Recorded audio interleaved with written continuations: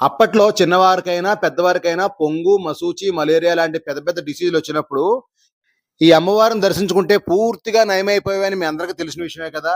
అంతే కాదండోయ్! చిన్న పిల్లల బాలారిష్ట నివారణ అయిన ఈ చింతలు తీర్చే చింతలూరు నూకాలమ్మ తల్లి తెలియని తెలుగువారు ఎవ్వరు ఉండరు కదా! ఆ చింతలూరు నూకాలమ్మ తల్లిని ప్రతివారు ఉగాది రోజున దర్శించుకోవడం మనకు ఆనవాయితీగా వస్తుంది.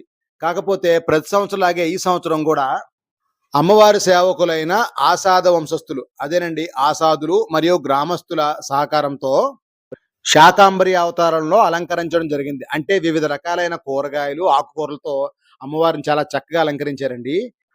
అద్భుతమైన ఈ అలంకరణ చేసే ఆ విధానాన్ని అమ్మవారు అంతర్జాలంలో అప్‌లోడ్ చేసే అవకాశం మాకు కల్పించిందనుకుంటా. అందుకే మేము మీకు చూపించగలుగుతున్నాం.